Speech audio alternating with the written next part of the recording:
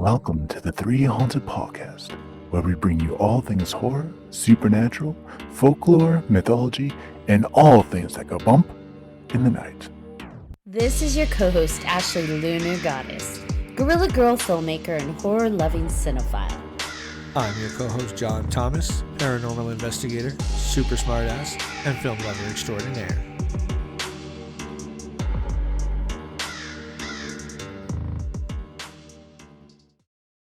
What's up, ghouls, gals, and all of our paranormal podcast-loving pals? Tonight, we're having a special podcast crossover event. Who is joining us, might you ask? Stay tuned and find out. But first, a word from our network sponsor. Are you looking for more awesome podcasts? Head on over to withoutyourhead.com for access to the Without Your Head podcast network, where you'll find a variety of podcasts sure to keep you entertained and coming back for more. And blah, blah, blah, blah, blah, blah, blah, blah, blah, blah, blah, blah. And bring it back. Welcome back, everybody. Like Ashley said, we have a very special guest tonight. His name is Jeremy Bryant from Paranormal the New Normal podcast. Welcome, Jeremy. This is exciting for our first crossover. I'm so happy. We do. Oh, it's like my second or third, I think. But I mean, it's always exciting because I love to meet other people in this field. I do, and I love to meet other podcasters in this field because we're basically all family when it comes to paranormal podcasting. At least we should be. There's some hatred out there. There's some hatred out there, but we should all be family because we all love the same topic, and we're all just trying to put our love for it into a media form. So there are haters out there, but we're 3Haunted, not 3 haters. So there you go. It was good. It works. I like how we're all, woo, it's our first crossover, yay. And he's like, whatever. I've done a few. I've done this before. I've been around the block. Big whoop. I really appreciated Jeremy reaching out and saying, let's do a crossover. He's like, are you interested? I'm like, hell yes. What you got? I mean, I did one with the Paranormal Girl podcast like a month ago, and it turned out great. So I have great ideas for this one as well. So I'm sure it's going to be just as great. I mean, anybody that's interested in this topic, I'm willing to talk to 150%. So our kind of people. Yeah. And like you said, we're all kind of a family, right? Like anybody that's had paranormal experiences or is interested in the paranormal, you just got to click for the most part. There are some exceptions with each other because we have a special kind of weirdness about us, right? That's like open to that world. So it works. I mean, I did meet one person when I was first starting my podcast that tried to yell at me because he thought I was going to scare people by telling other people's experiences in a podcast form. And he's like, you're making these people more scared of the paranormal, not want to be interested in it. And I'm like, dude, you're a hack job. I blocked him. You're a hack job. He probably doesn't want to listen to ours then because we got some spooky stuff. I mean, we make light of it for the most part, unless it's like something super serious. But we definitely... We try to balance it because, to be honest, some of these things are very scary. So to kind of keep yourself from being overwhelmed by that, you gotta be able to joke. It's like I have a friend who watches horror movies and like will just binge watch horror movies, but then they watch Winnie the Pooh before they go to bed to kind of cleanse their palate. And I feel like that's what we do, right? We talk about all this. It's not me. And I feel like that's what we do with the paranormal, right? We talk about all this stuff, but then we joke because we have to kind of decrease the intensity of that fear a little bit. At least for me. Some people love to be scared. They love that adrenaline. I am not one of those. The question is, are they going to watch Winnie the Pooh, Blood and Horror, or Blood and Honey before they go to bed now? Yeah. I don't think so. I will. Let's do it.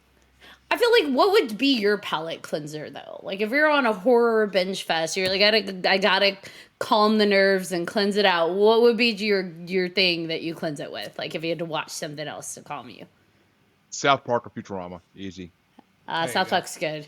That's funny. Yeah.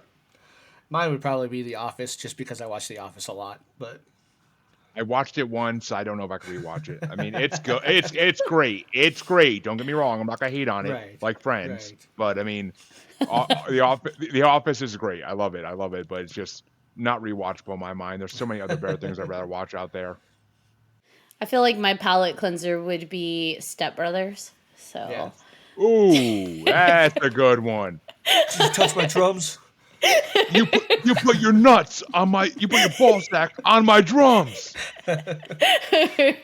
That's my go-to. Anytime I need a laugh or I just need to like, that's my go-to. I will put on Step Brothers. It never gets old for me. No, those two together are hilarious. Yeah, I mean, it was for years for me, but I can't sit and watch that movie anymore. I've seen it too many times. Like, eventually you have to find new things. You see, and there's no such thing for me with that one as too many times. There's some movies that are one and done for me, but that one that's a good one. That one gets me.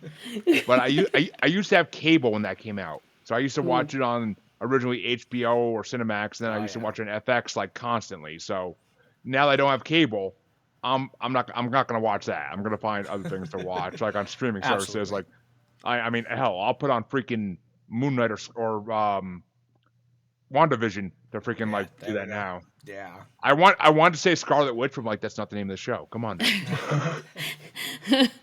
I feel like that should be the name of the show, though. No, because it's Wanda and Vision. It's WandaVision. Yeah, you know. And it's amazing. I'm still bitter about Vision. I'm not. I mean, he can be rebuilt. You don't think the new Iron Man that's coming out is going to freaking build him again? Oh, just I hope so. What the hell's her name? Ironheart. Ironheart? Yeah. So speaking of Ironheart, is anybody else super stoked and ready for Wakanda Forever? Yes. I am, but I'm also cautious because of no Chadwick Boseman.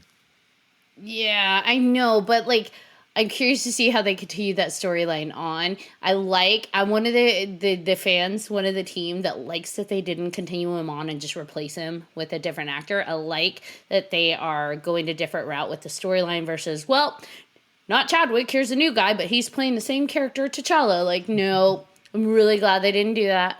So I'll say this. If they do put Michael B. Jordan as the new Black Panther, I'll be fucking pissed. I think it's going to be the sister.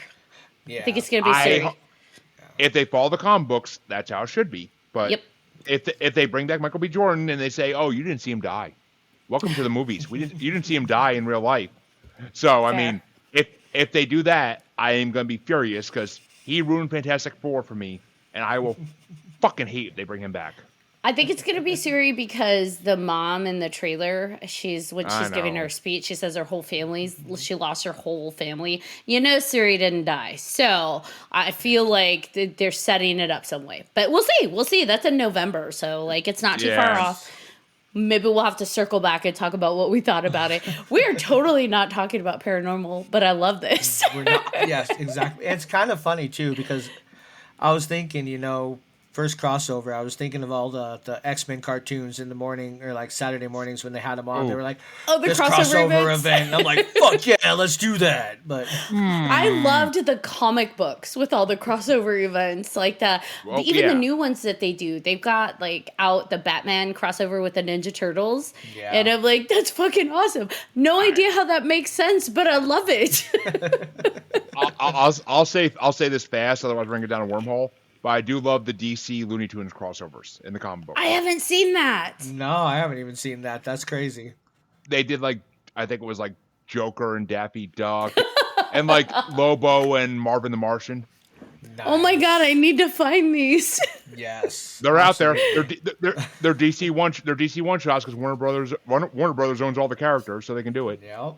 True. Okay, so to be clear, I'm gonna hunt down these comic books. I will have those, just so we all know. Make it be known.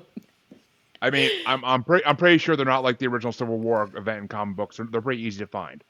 Yeah, I see it right now. Daffy Goes Gotham, $4.99. So. Yep. There you go. Not even expensive. Awesome. I think that might have been the original cover price. I'm going to find those. Guarantee they're everywhere because I guarantee they didn't sell out of any of them. I guarantee. But I only bought them when I was buying comic books because I love Looney Tunes and I love DC. But I mean, I'm more of a Marvel guy, but I love DC and I love Looney Tunes enough to buy any book they're in. So, I mean, there you go. And I stopped buying comic books because of that cover price right there, $4.99. That's ridiculous.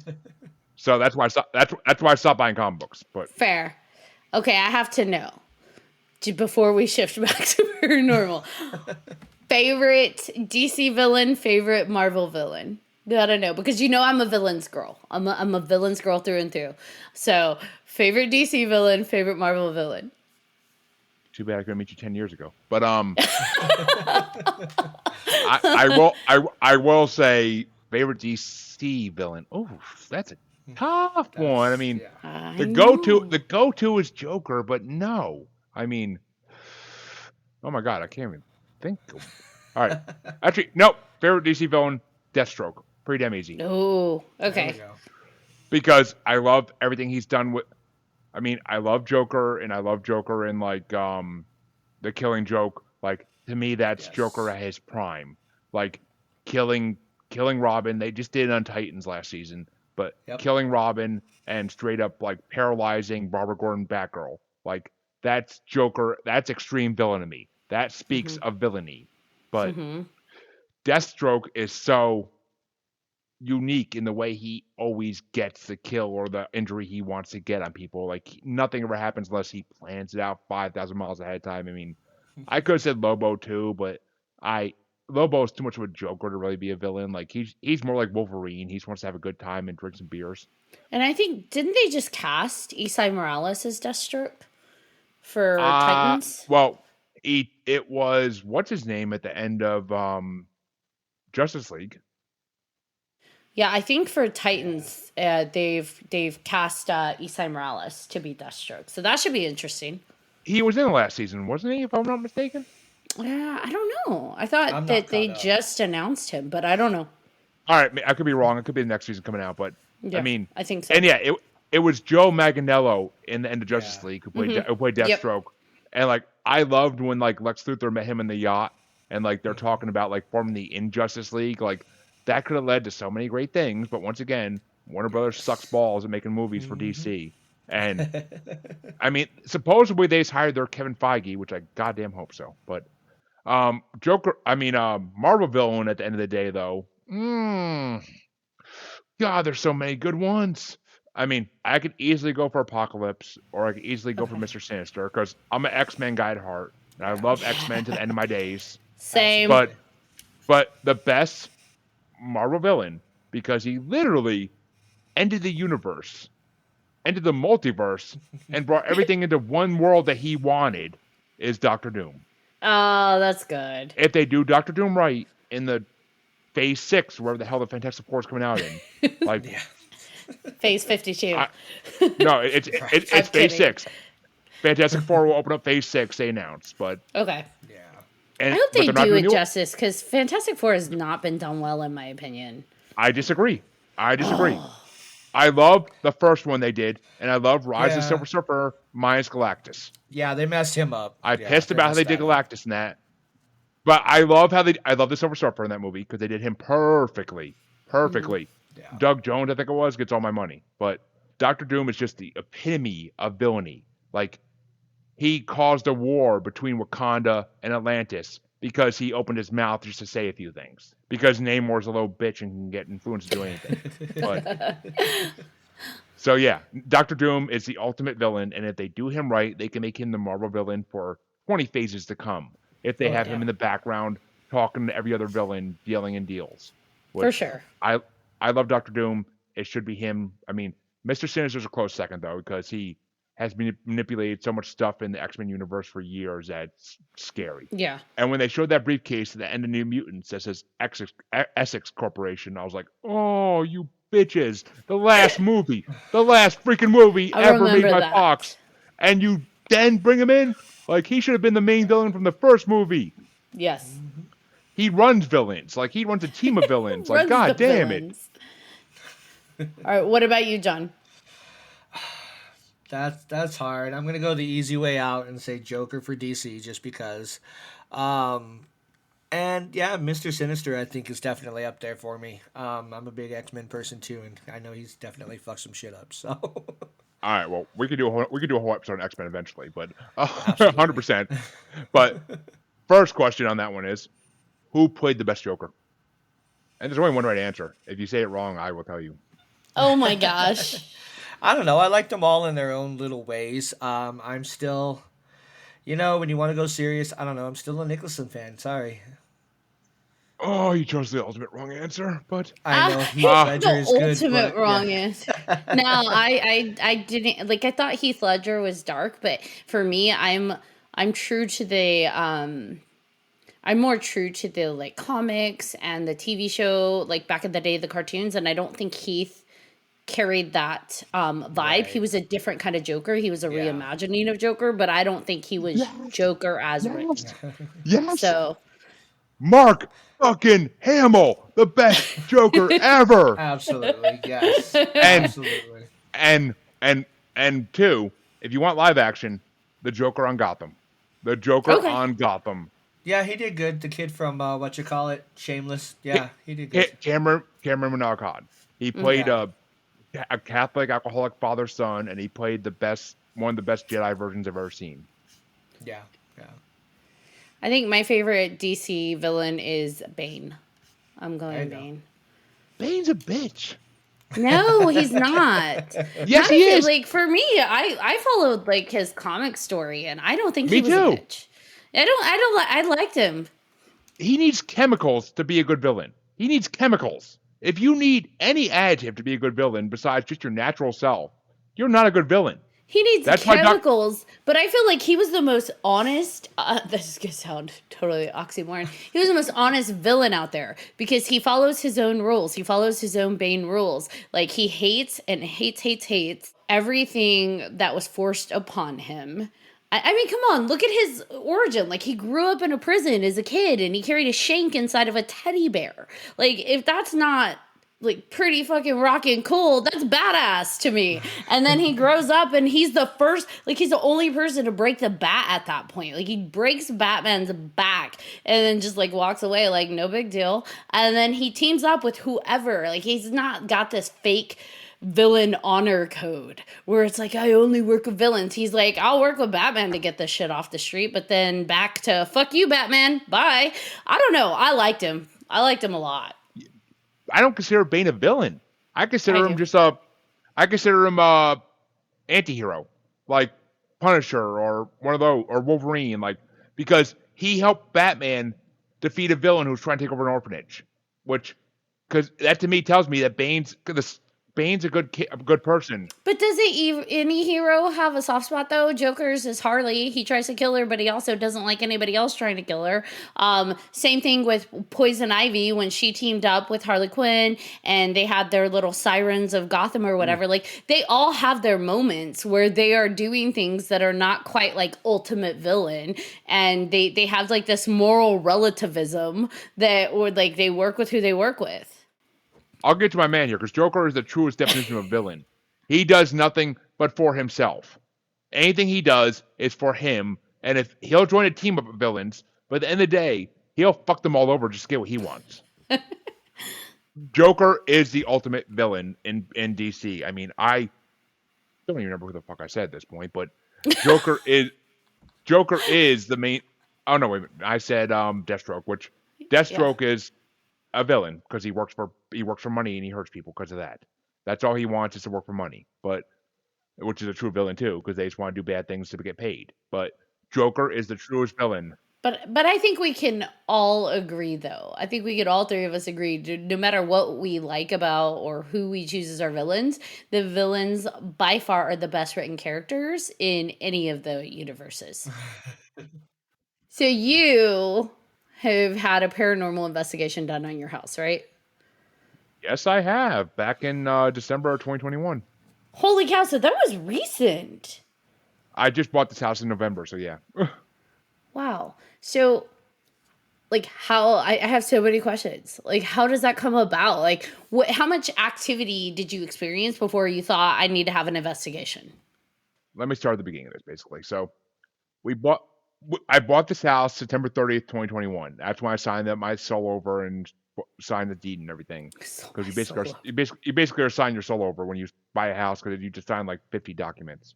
But basically, my wife, my then girlfriend, now my wife, and her father were staying here, fixing up the house. And I was staying at my mom's house still because I lived there and I wanted to sleep in a bed and not sleep on the floor in an air mattress. So as much as I love my wife, I didn't want to sleep in an air mattress. But and with her father in the house. I mean, it's just a whole nother story. So they were fixing up the house, and my wife told me the next day she went to the bathroom that night to go in there for whatever reason, and a white mist came past her and like went out of the bathroom. Which and the whole night they said they were hearing like weird noises and stuff like that. They couldn't explain. We didn't have dogs at that point. We only had one kid here. I'm pretty sure that weekend. The other one was staying at their old house in the South Shore in the Bridgewater Triangle. So yeah, a whole nother story there. But basically, like that was the beginning of it. And then come Thanksgiving 2021, my sister-in-law is staying here with us for like the weekend, the long weekend, whatever. She's a night owl, so she's up to like 3, 4 in the morning, whatever, 5 in the morning. She's up all night, sitting on our couch in the living room, just watching TV.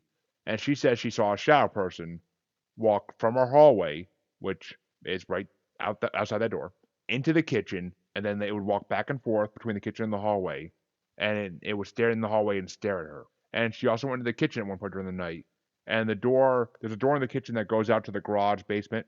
Like if you go straight, it brings you to the garage to another door. If you go there's a stairs to the basement as soon as you open it. She saw it looked like someone was wiggling the handle of the door from the other side of the door while she was in the kitchen. Which I will say, none of us have experienced this since then. At least I don't think my wife has. If she has, she hasn't told me. I mean, that was freaky as hell. I mean, my wife especially gets creepy feelings if the lights are off in the basement and she goes from the basement to the garage. She'll get creepy ass feelings like something from the basement's watching her. And she said once or twice she saw a shadow person staying at the bottom of the basement stairs. And I've never seen anything besides out of the corner of my eye, like a flash here or there. Like, because like I bought my wife one of those aromatherapy like balls that you can buy that like you can put different oils in and emit smoke. I bought her that for Christmas. So out of the corner of my eye and that thing, I would see something like run across the room like fast as hell, and like you look twice and it's not there. So in December, I got the Massachusetts Paranormal Society, where the freak they're called. Like I don't remember the name. It was a guy and an older woman, and the guy seemed to be in charge. And they came to my house, and they got all the measurements with the EKG and everything beforehand from all the electrical outlets so they could measure. And basically, we went to my daughter's room first because, I mean, we were also seeing these weird shadows on my daughter's bedroom wall, and it looked like a guy going like this, which I mean, nobody could see my hand except you guys, but I mean, but it's a very weird movement to see in your daughter's room, and you kind of freak out when you see it. Yeah. Because it's certain nature, but looks a little explicit. Exactly. Best way to put it. I couldn't think of that. But and then so we started in her room, and we didn't really I mean, the spirit box was saying some words, and like the word jungle came up, and the investigators had divining rods to get yes and no answers from them supposedly. So we asked them like, what does jungle mean? And like the investigator asked us, does that mean the chickens? Because we have chickens out in our garage, and like the back of our garage we have like a coop area, which won't be soon, but we're moving them. And they asked, does jungle mean chickens?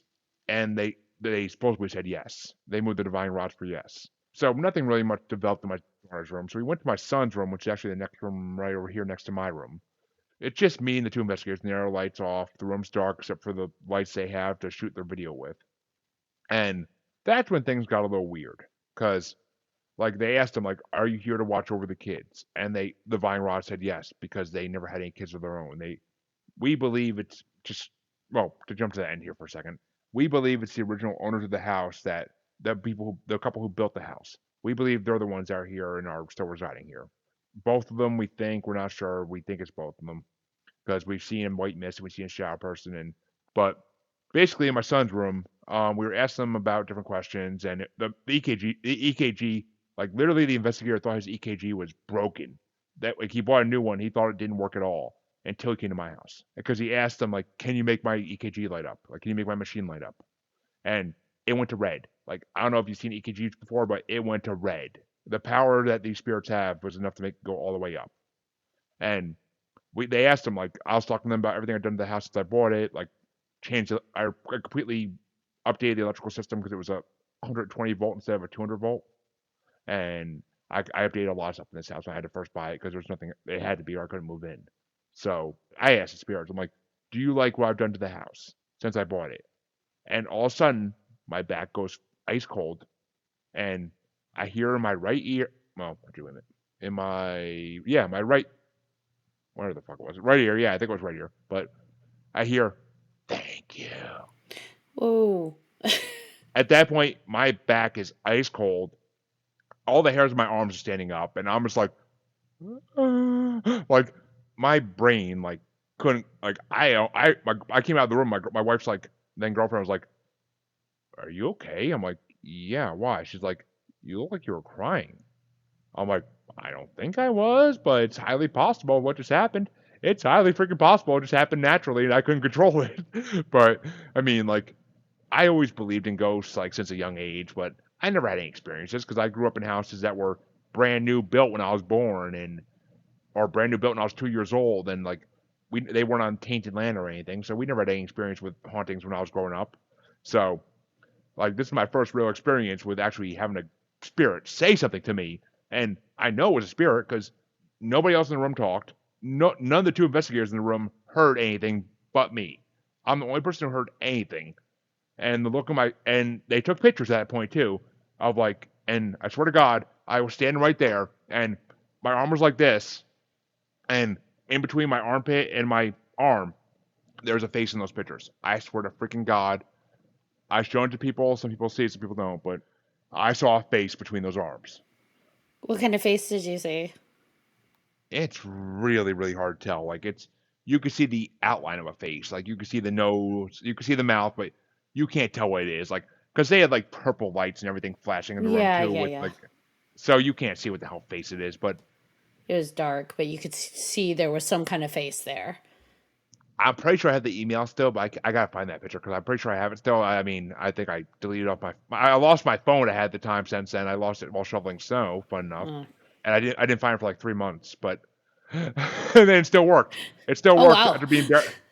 after being buried in a foot of Massachusetts snow, but it still worked. But I have the picture of my email. I'm pretty sure of the face, and it's creepy as hell. I mean, I actually have to put out my paranormal podcast Facebook group. I have to because I have to show my people this, but I forgot about that. I actually forget about the picture all the time, but it was just creepy as hell. And since then, like my wife is kind of sensitive to this stuff. Growing up in the Bridgewater Triangle, she kind of just grew up sensitive to this stuff.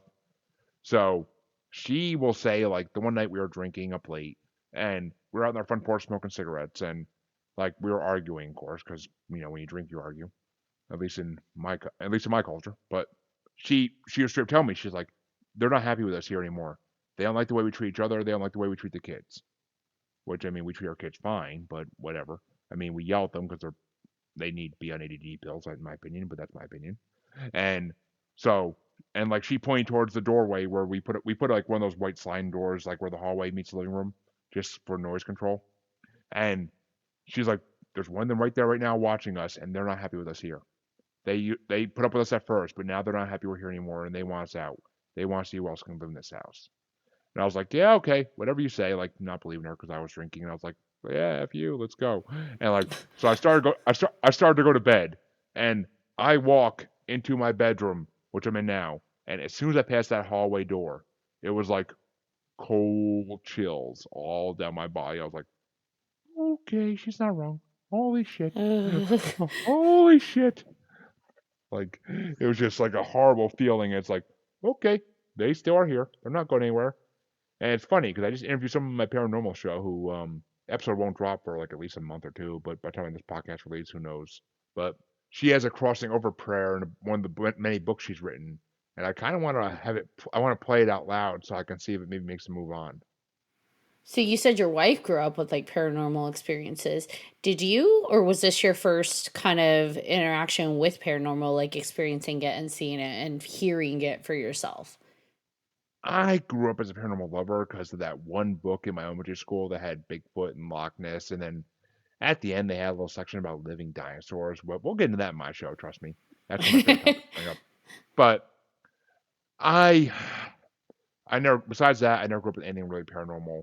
I mean, besides TV shows and stuff. But I, I mean, at my wife's house in the Bridgewater, old house in the Bridgewater Triangle, I did have my son point out a UFO experience to me, basically, because we were walking in from the back yard one night, and he asked me like, "Dad, why are those stars moving?" And I look up, and there's like a cluster of 6 to 8 stars. They look like stars, but they're all moving in one direction at the same speed. And as everybody knows, you can't see stars move with the naked eye. You need to like videotape it over like hours to see them really move, or like a whole night to see them move like an inch, really. But this was 6 to 8 star looking things moving at the same speed that you can see with the naked eye. And they were moving. Oh, they were moving. Like they were out of sight within like 10 minutes. Oh, wow. And you don't think it was any kind of like military plane formations or anything? I think it was military planes. They would have been a lot lower, and I would have been able to see them because I don't think these were on Earth. I think they were truly in space, and I was watching them move. So that seemed like that they were that far. Oh, they were definitely pretty far off because they looked like stars. They were specks. Okay. But they were literally moving. I was watching them move for like 5 minutes. And I'm like, at that point, it was like, all right, kids, come on, time to go inside, time to go inside. Because my wife swears she was abducted in that house when I was dating her. Like she swears like that was abducted because there Like were at many what nights, age? like in her late 20s, Oh, wow. because she had made nights where she felt like she didn't sleep a wink. So yeah, I bought her a camera because she wanted to be able to watch the kids while she was in the bathroom smoking a cigarette or whatever, and like she wanted to be able to like, and with the spirits and stuff, it's always good to have a camera. So Hmm. because the house she lived in the Bridgewater Triangle was built on Native American burial ground, straight out of poltergeist type shit. But so I bought the camera for her, and then the one night she felt like she was abducted again, which I told her the trick I heard on Monsters Among Us multiple times, like wear your clothes inside out when you go to bed, and then if they're right side out when you wake up, that means you're abducted. Helpful I've tip for never any heard that before.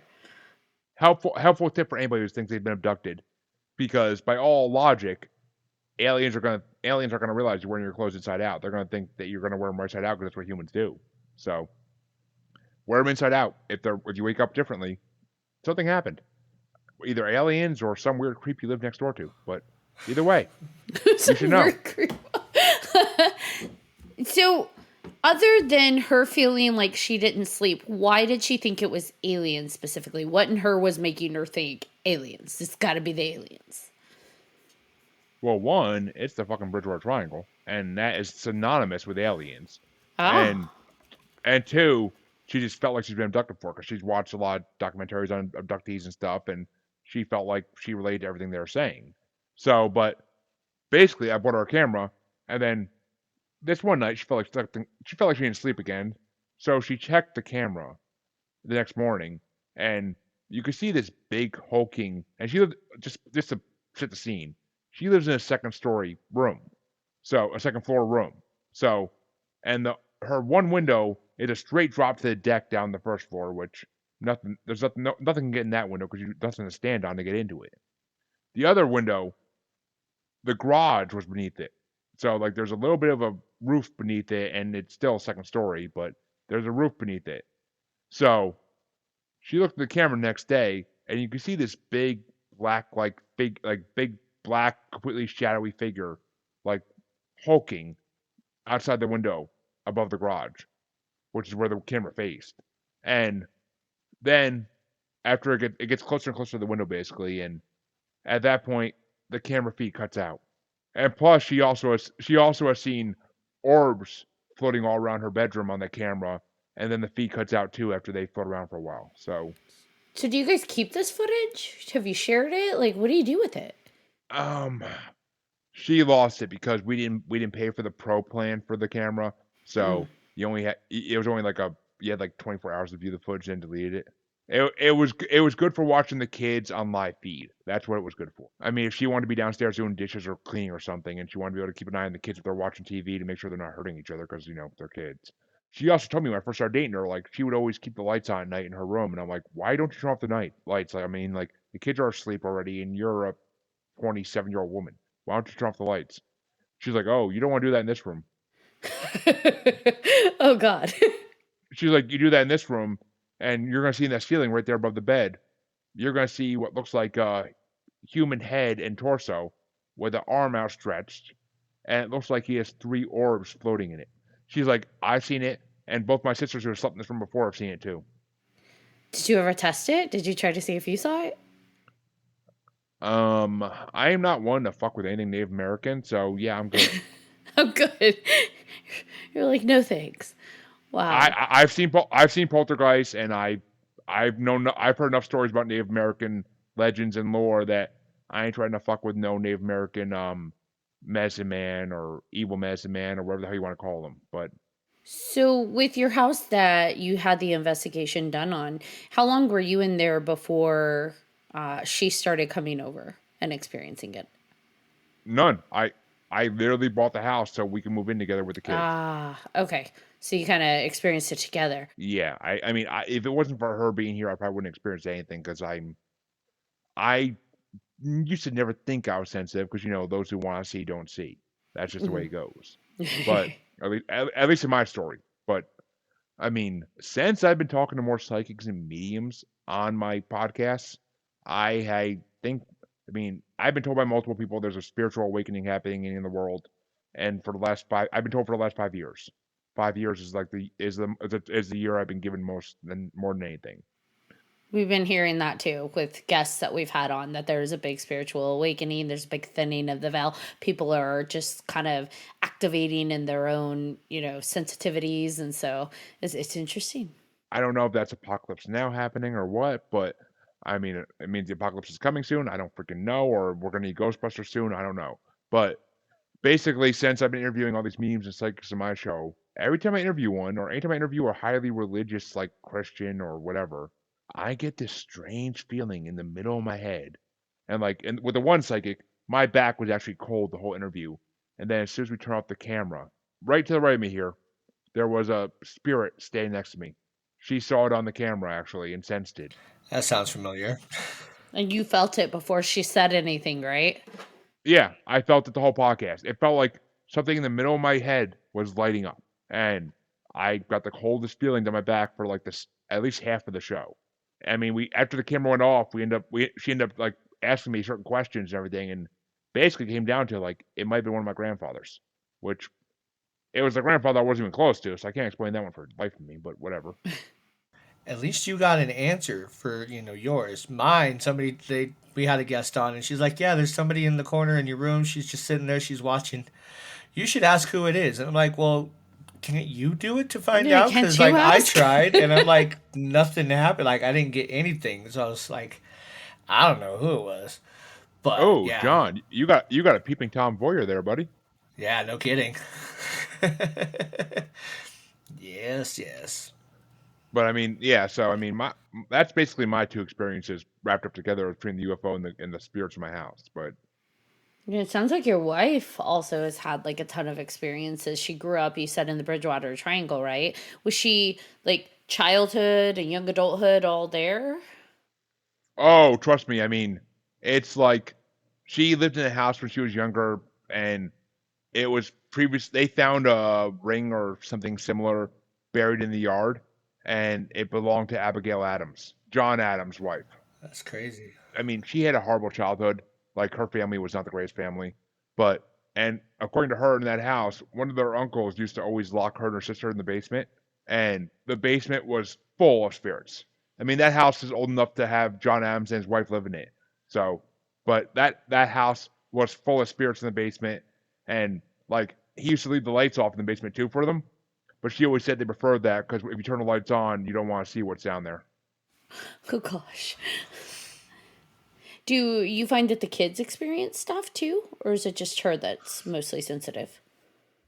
I mean, my son was staying at his aunt's house about a month ago or a month and a half ago for his cousin's birthday. Like he stayed for like a long weekend, basically like 4 or 5 days. And I mean, their house is notoriously haunted too because it's near an old tuberculosis hospital that got torn down.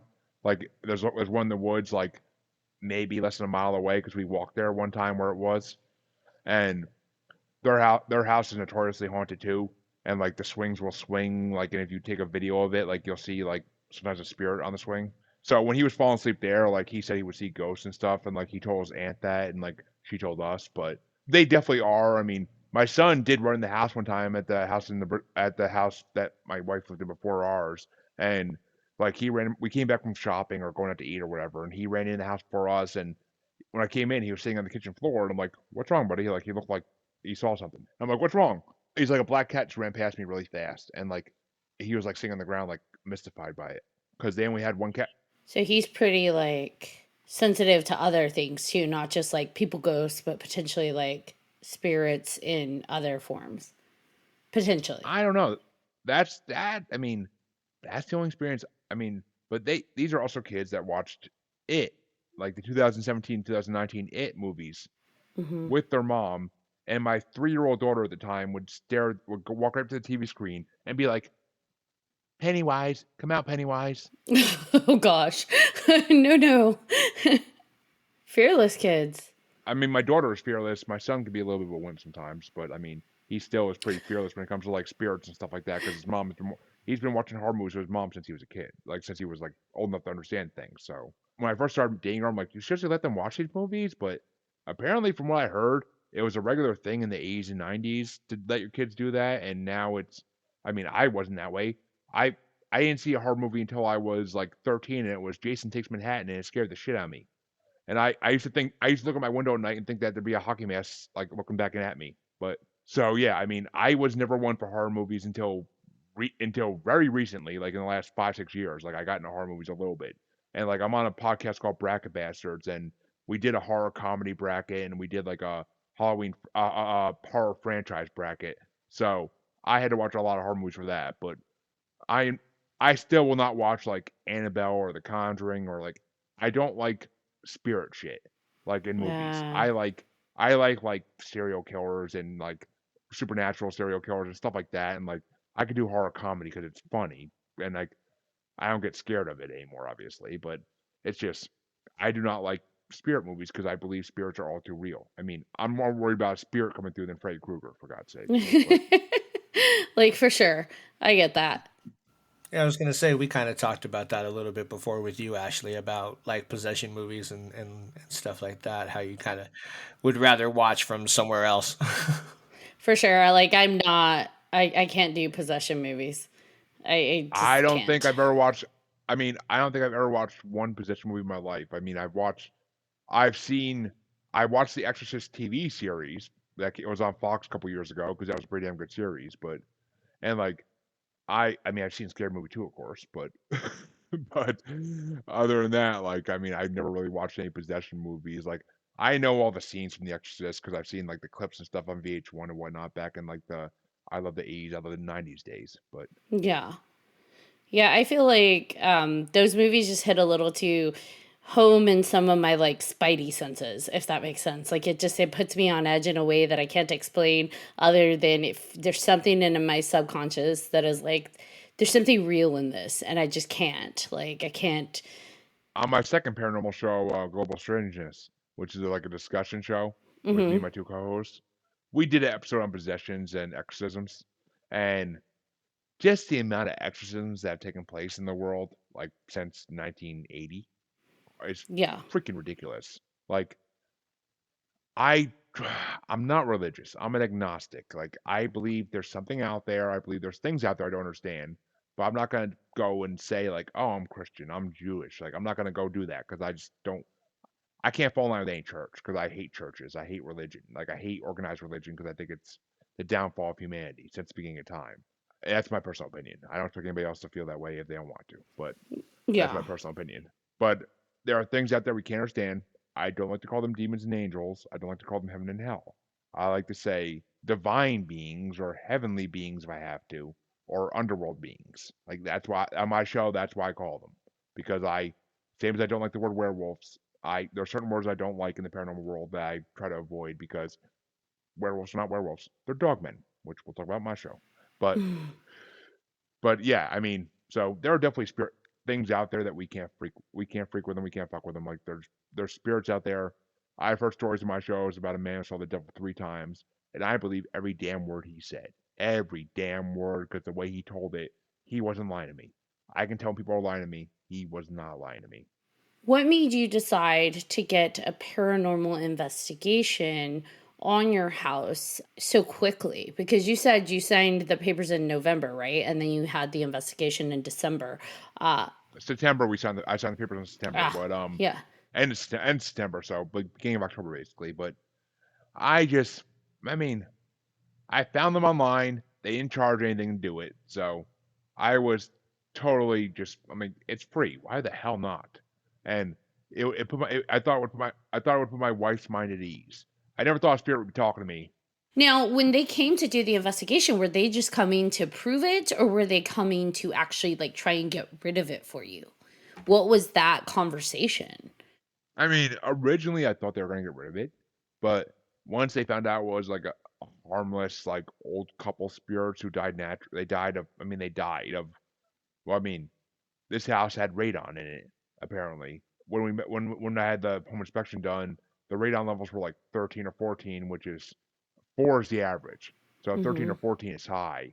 So I mean, whatever the measurement is for it, but 13 or 14 is high for radon. Which, for those who don't know, radon is basically invisible gas, but because we live on a mountain, it naturally pumps into our basement because it comes through the rocks and everything else. So I had to have radon pumps put in my basement, which cost a good grand, and I had to have them seal off like all the holes in the basement, like along the walls and stuff. Like they sealed everything off.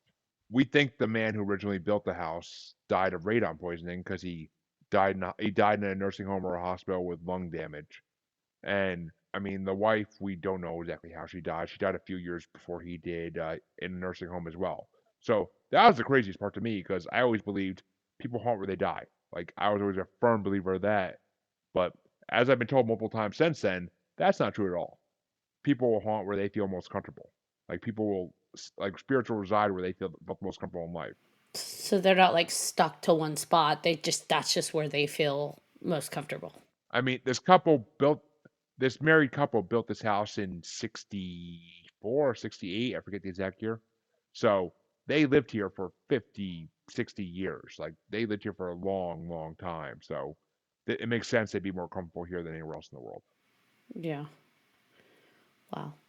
And what made you start a paranormal podcast? Was it just because of the investigation? It made you more curious about that stuff, and so you decided, let's go for it. Well, as I said, I mean, I've been into paranormal since I was a kid. I mean, I read the one book in my library over and over again about Bigfoot and Loch Ness and all those like basic cryptids that everybody knows. And I watched like Monsters and Mysteries in America on Destination America, and like in my 20s I watched that. I watched Monster Quest on Animal Planet or whatever, Discovery in my teens. So I was always interested in the idea of things out there that I can't explain. I mean, Bigfoot always fascinated me. The Yeti always fascinated me, and living dinosaurs definitely fascinated me. Even though I'm not as big a dinosaur nerd as my son. My son is a huge dinosaur nerd. But basically, I was on a podcast called Bracket Bastards that I joined off Facebook because this guy was running a group on Facebook called Bracketology, and it's basically just like a poll site with 2 different brackets going on each month. He said like, I want to start a podcast. I was like, all right, cool, and it ended up being a podcast called Bracket Bastards, and we're now almost at our anniversary because we started doing it in the end of November last year, so we're almost at our anniversary for it. From there, like him and another co-host of mine kept saying like, you need to do your own podcast, something you love. Like you need to get your voice out there. You have a great opinions. You need to get heard. And I was listening to Derek Hayes' Monsters Among Us podcast and Small Town Monsters Monsteropolis podcast for like a few years before that anyway, because those 2 podcasts kind of reignited my spark in the paranormal. Hearing people call into Monsters Among Us reignited that spark. I mean, there's a funny story behind that, but I'm not going to go into it now because it's a long story. But they reignited my spark in that. And I actually had Derek Hayes and Mark Matsky from Small Town Monsters on my podcast in the last 2 months. Wow. So that was the awesome part. It was like a dream of mine to have those 2 on my podcasts. But so that basically got me into paranormal again. And I'm like, I'm going to start a paranormal podcast. I want to interview people who have dealt with the paranormal and who deal with the paranormal on a daily basis. Like that's what I want to do. And I also started a music podcast because I love music and I love horrorcore. I'm a juggalo for life, 100%. But so I started those 2 podcasts, and at one point I was on 5 podcasts at once, and now it's Holy 4 cow. because I know, right? I mean, I only edited 3. I only edited 2 of them and posted one other, but Since you've had the investigation done on your home and you've kind of gotten random gear for like your wife, have you gone in an investigation of your own? Or do you want to? oh, I want to. I mean, I don't know. I don't know so much about a ghost investigation, but I am totally down to go like legend tripping and go look for Bigfoot. Like I'm totally Leominster State Forest, which is about 15, 20 minutes from me. I would totally go there and look for Bigfoot because he's been sighted there. How do you find Bigfoot? He laughs. Well, where there's a Bigfoot, there's a big something else. But I mean, it's Bigfoot, Like a big poop? so not the direction I was going, but we'll go with that. But, That's the direction we go all the time. We go everywhere. We've talked about big boob for female big feet. Like there's so many. oh, if you want to talk about that, we'll do it on my show. But I got a funny story for that one. But yeah, I mean, for Bigfoot, you go in the woods, you look for footprints, you look for fur on trees, and you knock on some wood, and you hope that he knocks back, or she knocks back, or the kid knocks back. Is that how that works? I mean, if you watch any Bigfoot show, that's what they do. You can't really, or you set up cameras. I mean, there's really no way to like, you're not gonna go walking through the woods and find Bigfoot because it's just not gonna happen. You're making too much noise, no matter how quiet you think you are. They can hear you, and no matter how quiet you think you are, they will hear you and they will hide. Like I'm friends with these two people on Facebook who they swear they live on like a Bigfoot sanctuary in the woods, and they post pictures every day of like, and they like outline them now too because people kept like hating on them, and they're like, oh, and they give them all the names too, of course, and there's like, oh, there's a Bigfoot behind that tree there, like, and like in the outline you can kind of see like what they're talking about, but like there's been no definitive proof of like a full on picture yet. But then again, one of my theories, which I'll get into both those on my show because I want to take your time up for that, but one of my theories is that Bigfoots might be alien related, and that's why they have the technology to kind of blur cameras and blur video. We talked about that I was on our going to say, episode. we touched on that one, yes. Wondering if they're like coming in and out of wormholes, which is why you see them, but then they disappear into places that you can't really come out of. And so we've had all sorts of theories too. It'll be fun to talk about on your episode. I mean, yeah, the ultra-terrestrial theory was brought to me by Lon Strickler, a paranormal investigator out of Pennsylvania, who was on my show, and like he believes that like most cryptids are ultra-terrestrial or interdimensional. Sweet. And for most cryptids, I can't go that road. I believe Bigfoot have been around since before humans, or since as long as humans have, and that they are skin and bone, and they're part of this earth just like we are. And I believe that, the whole original theory of Gigantopithecus, like being Bigfoot, I believe in that because if you were a giant 10-foot creature in the caveman eras and you're like, oh, these little puny versions of me that are called Homo sapiens keep trying to kill me. So they're going that way. I'm going to go this way. Bye. And I'm going to hide from you to the foreseeable future for the next 1,000 years or so. Or next 5,000, 6,000, 10,000 years, whatever. And you also have the Native Americans who traded with tribes of hairy, large men, as they put it. And yes, they believe there's other Native Americans that believe Bigfoot was a spirit that was something of the past that you see passing by in spirit form. But the fact that more of them said they traded with hairy white men tribes, or not white even, just hairy men tribes. On Small Town Monsters, in the second part of their Finding Bigfoot movies, they went to the Olympic Project in Washington. They saw multiple rows of nests that are so huge, it would have to be a Bigfoot-sized creature asleep in it. No small creature is sleeping in that. Like, nothing we know of. Like, they're bigger than bear. Like, the nests and bears don't sleep on the ground in nests. They sleep in caves. Interesting. There are so much evidence I've heard about out there.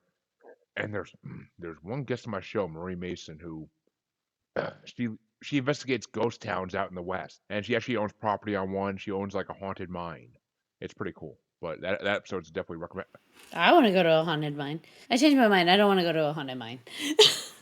I have a thing with claustrophobia being underground, so I think adding ghosts to the mix is probably not a good idea for me. I can agree. I can 100% agree with you on that, and I mean that just brings up to my mind a bad episode of Scooby Doo. But basically, I mean, she was hinting at the whole time that there's something she knows about Bigfoot that she can't tell me. They live in the mines. Maybe she protects them. Maybe there's a secret society out there that protects the Bigfoots, and she's one of them. Big feet. The protective big feet. And she's one of those. Ooh. Secret society in my ass. It's called the government, but That protect the Bigfoot? I feel like that would not be a thing. I feel like our government would exploit them and dissect them, but I don't think they would protect them. That's just my opinion. Maybe I'm jaded. as Derek Hayes said in my show the other day, there was a forest fire out in Washington, Oregon, somewhere out there, and an ambulance team, a Bigfoot, came out covered in fire and stumbled Smokey at the feet of ambulance workers. They put him in the ambulance. They did all the routine stuff they would do with humans with him. They heard his bowels and everything else. Like, they checked everything. After that, no one ever heard from them again. And according to rumors, the government shut them up. And the reason the story got out, at least supposedly, is because one of the government workers who was there and told them to shut their mouths retired and finally released the story. Which is kind of what we're seeing now anyways, right? During this like great awakening, people are just opening up files and releasing stories and unsealing documents. And it's like, holy shit, there is so much out there that's being released. And it's like, oh yeah, this person's no longer in charge. Or you know what, enough people are asking questions and demanding it. We're just going to put it out there. What used to be called Men in Black and in the 80s was called, what the hell's the name for it? I want to say Men in Suede. Men in Suede. Well, not Men in Suede, but they basically changed in the 80s and 90s. And instead of wearing all black suits, because, that doesn't look like it fits in anymore like it did in the 40s and 50s. Mm-hmm. Supposedly the Men in Black changed and started wearing like Hawaiian shirts and like cargo shorts because it would fit, it would blend it. They would just look like businessmen. They would look like businessmen on vacation, which, if you think about it, that'd be the smartest thing they could do. Is change how they dress to try to impress other people and try to look like other people. I heard this story on a podcast. I forget which podcast it was. I used to listen to a lot of podcasts when I was driving around for my job. And like the whole idea was basically that a famous UFO researcher, I forget which one, but they basically took all this information and they made him seem like he was crazy. They basically made him go crazy with the stories they told him, like, and told him he was wrong about things. And he ended up in a mental hospital. But it was one of these guys in cargo shorts and Hawaiian shirts that did it. And like he came out years later on like Rogan and other shows and said, like, I did this. I work for the government and I covered things up. How is he still alive? Because if the government kills him, then everybody knows he's telling the truth. If the government doesn't kill him, it's questionable. Yeah, okay. Jeez Louise. This is awesome. I really love that we did a crossover. I'm excited to jump over and do your show. Is there anything you want to promote before we jump over to yours? Gladly. I have a group on Facebook. It's called Paranormal the New Normal / Maniacal Music Musings Podcasts with an S group. Ask to join. It's a private group because I didn't think turn public when I first started it, and I never turn anybody away though. So just ask to join. You'll get approved within like usually 10 minutes. Everything I do is there. All 4 podcasts I do in the regular weekly, and every podcast I guest on, such as 3Haunted, is posted there once it comes out. So awesome. Feel free to join there, and you can find me on Twitter and the gram as @JuggaloBastard. Got that Juggalo love. The big question is, do you have Faygo? I had gastric bypass surgery back in March, so I can't drink soda anymore. No Faygo. Darn it. Well, I do love me some cotton candy Faygo though. Well, thank you so much for coming on to our episode. John, is there anything you want to say? No, this was fun, and as usual when we talk about aliens, the fact that stuff froze and he disappeared for a while and his computer messed up, and that was interesting, and I'm excited to see if it happens again on his. I know. Let's see what happens. I'm not. I need my laptop, but this is true. This is true. He's like, let it be one of your computers, not mine. Seriously, I need my computer. I don't want the computer to go down. I just want the whole, the experience thing, the whole freezing kind of, that part was cool. It wasn't cool, but it was cool. It's cool. It makes you like, do. You have like a Hawaiian man doing something funny in a computer room right now. Like pressing the button to kill switch, kill the computer. Right, it's like, fuck, they're talking about us again. Shit. Aw, man, I dropped that nacho on my Hawaiian shirt. Got cheese all over the place. Jeez. All right. Well, thank you so much for coming on, Jeremy. I'm excited to jump on over to your show and be live. John, you want to bring us home? Let's bring us home. Thank you, Jeremy, again for joining us. And thank you to our listeners for joining and listening as well. I am your co host, John Thomas. I am Ashley Lunar Goddess. And if you have any questions, comments, or episode suggestions, please email us at 300podcast@gmail.com. And if you haven't done so already, please like, follow, subscribe on all of our social media. You don't want to miss one crazy moment.